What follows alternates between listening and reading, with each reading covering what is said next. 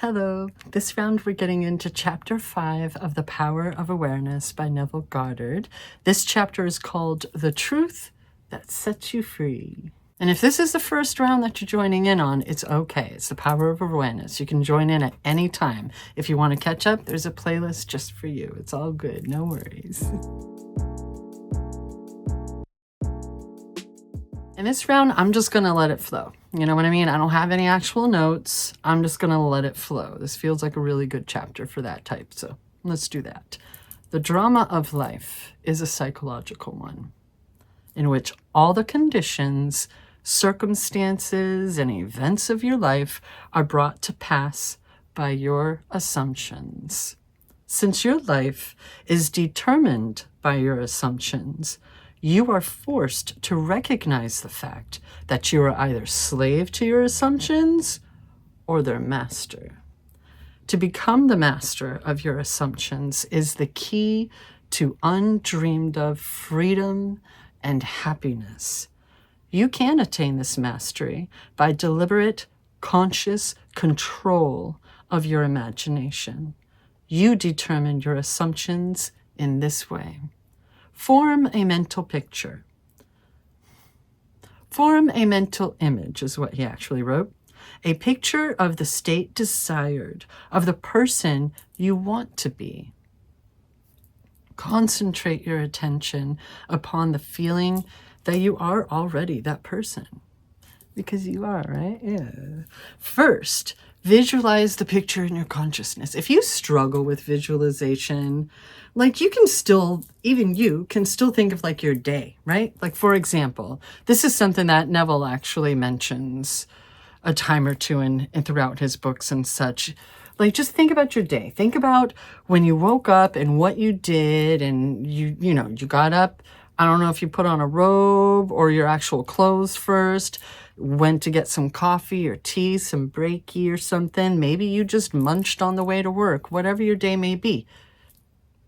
That kind of stuff, you know what I mean? Even if it's just the logic, just like, yeah, I did this, I did that. If you need to speak it out loud, that works too, fam. Like, don't worry about it. You can do it too. Like, it's okay. Don't worry about it. Don't provide more limiting beliefs for yourself while you're going along this when we're trying to open that right up, right? I'm just saying, you can tell me to shut up if you want. I mean, be nice about it, please. Don't be rude. There's no need for that. But like, you know.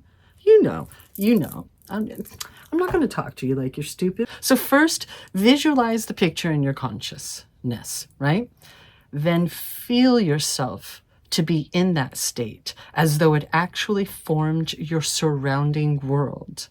By your imagination, that which was a mere mental image is changed into seemingly solid reality. The great secret is a controlled imagination and a well-sustained attention, firmly and repeatedly focused on the object to be accomplished. It cannot be emphasized too much that by creating an ideal within your mental sphere, by assuming that you are already that ideal, you identify yourself with it and thereby transform yourself into this image. I think I've mentioned before that, like, why would you be stressed about bills if they're already paid? And being able to, even if you're doing manifestations and stuff, even if you're being really specific, I want this specific job, I want this specific car, I want this specific thing fixed in my car. Like, I like to include or 10 times better. Right? Because we're co-creating with the divine, right? We're co-creating with the universe. We're connected with it because we ourselves are divine, right? So where's that elbow room and why are you putting so much pressure on your shoulders in the first place? It doesn't belong there, you know? This is called by the ancient teachers subjection to the will of God, or resting in the Lord. And the only true test of resting in the Lord is that all who do rest are inevitably transformed into the image of that which they rest. You become according to your resigned will, and your resigned will is your concept of yourself and all that you consent to and accept as true. Let me put my finger down on that spot too, because the way you think, like everything you're thinking, right? You're giving consent. Everything that you're focused on, you're giving consent to it, whether you realize it or not, whether you meant to or not. You don't like something, why the heck are you giving it so much of your attention? You don't want that to be your life, why do you keep focusing on it like that? You're giving consent to it, right? There's so many ways that, especially when dealing with others, that we may feel like we don't have any control over it but you still have control over yourself and how you perceive it and how you handle things accordingly, right? Is that your ego and your id factor talking or reacting, or are you being cognizant of the moment, of your presence, of your mind, and of the words that you're saying, right? Are you able to discern when this is when I shut up and I just observe? You know what I mean? Like, we give consent to, pardon my language, but we give consent to bullshit all the time, whether we mean to or not. What do you watch? Why? But why? I don't mean to seem as though I'm judging. I genuinely am asking whether you care to answer or not. Why? Because ultimately, if it's not making you happy, why are you giving it so much of your time and energy, so much of your attention? We don't need to be rude. We don't need to be disrespectful. But what are you doing? And why are you doing that? You're not happy. And the only one who can truly do anything to change that is you. Please take care of yourself and be nice to yourself, please, right? Whether you resonate with that or not, sorry if you don't, I'm just babbling, but it's whatever, you know? You assuming the feeling of your wish fulfilled and continuing therein, take upon yourself the results of that state. Not assuming the feeling of your wish fulfilled, you're ever free of the results. If you're not going to do anything to change, then no change is going to happen. So if you hear yourself ever being like, oh, this keeps happening, like, why does this always happen to me? Blah, blah, blah, blah, blah. You can't really say that anymore. You can't really ask that question anymore, right? There's one constant going on, right? Plain.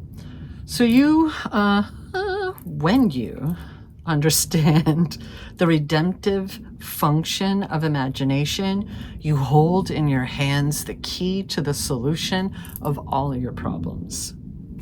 Every phase of your life is made by the exercise of your imagination.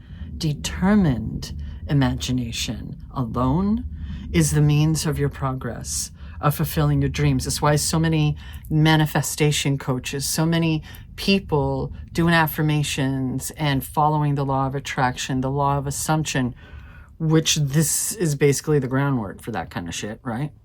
That's why they tend to say all these things like, you know, I got this new job effortlessly. I bought my new home effortlessly. I got that outfit for the whatever occasion effortlessly. It's like it just fell in my lap. Words are power. Determined imagination alone is the means of your progress, of the fulfilling of your dreams. We fulfill ourselves, right? All this other good goods is just sprinkles on an already tasty sundae, right? I mean, if you like sundaes, that is, ice cream and stuff. Not everybody does. It's cool. I'll eat it for you. It's cool. Like, you can have something you do like, I'll eat the ice cream. I'm just saying. It is the beginning and the end of all creating. The great secret is a controlled imagination and a well-sustained attention, firmly and repeatedly focused on the feeling of the wish fulfilled until it fills the mind and crowds out all other ideas crowds all other ideas out of consciousness. Thank you for your patience when I fumble. I just really want to throw that out there for you. Like, thank you so much for your patience. Like, some people get it and some people just, and it's whatever. What greater gifts could be given you than to be told the truth that will set you free? John 8:32. The truth that sets you free is that you can experience an imagination, what you desire to experience in reality. And by maintaining this experience and imagination, your desire will become an actuality. You are limited only by your uncontrolled imagination and lack of attention to the feeling of your wish fulfilled. When the imagination is not controlled and the attention not steadied on the feeling of the wish fulfilled, then no amount of prayer, or is it piety, or invocation will produce the desired effect. I mean, some people think if it's your, I don't know if YouTube's okay with that B word, blood, sweat, and tears. What if it doesn't have to be, though? Aren't we supposed to be breaking generational things, the things that we don't want? Is this a question?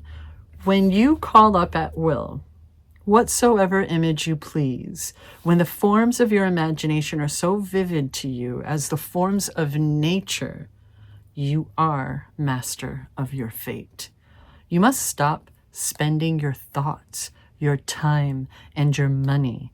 Everything in life must be an investment. That closing part is kind of weird. I'll give you that, because it's more so taking us back to the, like, what are you focused on, right? You're giving consent to whatever you're focused on because you're giving it your attention. You're giving it your energy, right? And, sometimes we're just being patient. Sometimes we're just letting somebody else have the spotlight. There's nothing wrong with that. But, like, if it doesn't fulfill you, if it doesn't feel right to you, if you're just going through the motions like Buffy season 6, what the fuck? What, So it's not so much like, if you want to get it, it's not about the things, it's not about the cars, and it's not about the house. Those aren't what actually matter. And that's why, like, we need to stop putting so much importance. It's important to have a roof over your head and all that. I don't mean to diminish that, but like, it doesn't matter. You did the thing. Good. Because why wouldn't you? Why wouldn't you have everything you want? It's all about how we do it, right? And the physical, materialistic things and stuff, it's nothing in comparison to how much you matter as a living being, right? And we got another quote to finish out this chapter, and then we're good. Visions of beauty and splendor, forms of a long-lost race, sounds and faces and voices from the fourth dimension of space. And on through the universe boundless, our thoughts go lightning shod. Some call it imagination, and others call it God. Dr. George W. Carey, The New Name. So what do you think? What kinds of things have been helping you, right? Whether you struggle with visualizations, do you have any advice that you could share with the class, please? Cat hair, please. Listen, I have a Norwegian forest cat. There's fur everywhere. What have you noticed since you've began trying? Like, one of his later books has a lot of like, how like subliminal channels, they'll post like results kind of things, right? It's very similar to that. There are stories that involve people who are like, I thought this was just whatever. And so I was going about to prove you wrong and just wound up proving Neville right. So I'm just saying, like, is there anything that has been helping you, right? Like things like, we need to remember that things like meditation are called a practice for a reason. Even if you, like, say you're good with visualization, but it's sticking with a thought. You know what I mean? I did a YouTube short where I was complaining about the fact that recently I've been kind of struggling to hold the visualization. You know what I mean? I'll be laying in bed, getting ready to go to sleep, and I'll be doing the thing that Neville recommends and all that stuff. That's one thing about rereading this has helped me, is remember certain things that he recommends. And it's like, oh yeah, that's right. Whoops, you know, you know. And recently, like, normally it's fine, but recently it's like I'll be doing the thing, and then it's like I'm starting to fall asleep, and my subconscious just starts to take it to other places, and I'm like off and running in dreamland, but you know, I'm still a bit lucid. So it's like, wait, no, that's not what I'm trying to, like, the struggle's been real with like hold, you know, and it's like, no, I'm off in the rafters, man. That's where I belong, in the clouds, you know. Has anybody else been struggling with that lately, or is it just me? I don't know if it's a year of the fire. Listen, I'm a horse, you know, in Chinese astrology.